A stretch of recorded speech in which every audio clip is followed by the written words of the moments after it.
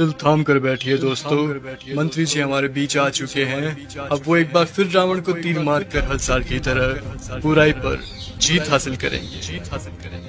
मारने नक्की करो।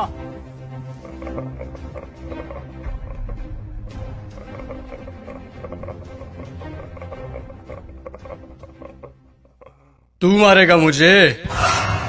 तुम सब यहाँ मुझे मारने इकट्ठे हुए हो? अरे तुम्हारा खुद का कोई ईमान धर्म नहीं है, तुम मारोगे मुझे? और एक बात बता, पिछले साल तो कोई और आया था मारने मुझे, इस बार वो नहीं आया? वो लाल साल वादा पूरा को नहीं करिया सा, तो हम की मैं हूँ सा। तुम सब अंदर से एक जैसे के जैसे हो। ठीक भीड़ इकट्ठी हुई है मुझे मारने के लिए आज। मैं माता सीता को लेकर गया था, इसीलिए मारने के लिए इकट्ठे हुए ना तुम सब आज। हाँ, मैं मानता हूं मेरी गलती, लेकिन माता सीता को किसी कारागृह में नहीं, सबसे उत्तम वाटिका थी उसमें रखा था मैंने। और हाथ लगाना तो दूर, गलत नजर से देखा तक नहीं था मैंने माता सीता को। और तुम्हारे यहाँ छोटी छोटी बच्चियों को दरिंदे उठाकर लेकर चले जाते हैं, उनके साथ रेप करते हैं। उनको तो तुमने कभी ऐसे इकट्ठा होकर जलाया नहीं। वो दरिंदे क्यों खुलेआम घूम रहे हैं आज भी, मुझे ये बताओ। आए हैं मुझे जलाने। अब चोटे तू बता। मैं तो सभी वेद और ग्रंथों का ज्ञाता हूं। तूने कौन सी वेद ग्रंथ या पुस्तक पढ़ी है, मुझे ये बता। पांचवी फेल मेरे समक्ष बोलेगा तू? चुपचाप खड़ा रह तू।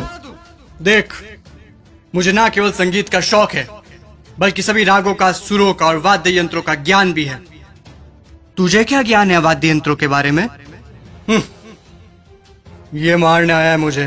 अब तुम लोग सुनो, मेरे जैसा महादेव का भक्त ना तो कोई हुआ है, ना मेरे जैसा महादेव की भक्ति किसी ने की है।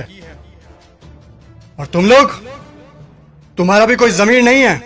भगवान पलटते समय नहीं लेते तुम।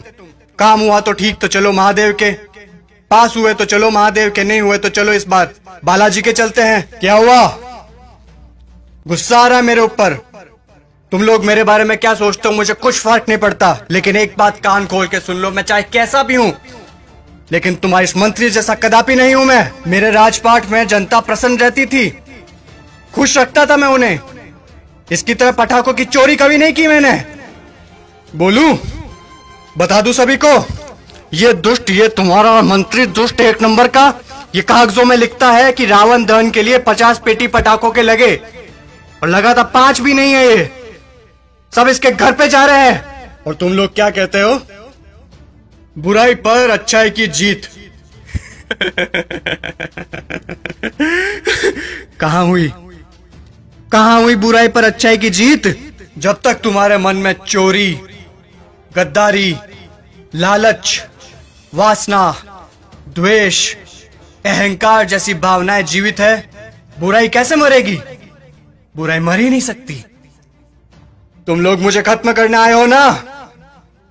अरे मेरा खात्मा तो मेरा अहंकार कभी कर चुका। अब अगर मारना है, जलाना है, तो अपने अंदर छुपे रावण को जलाओ, उसको मारो।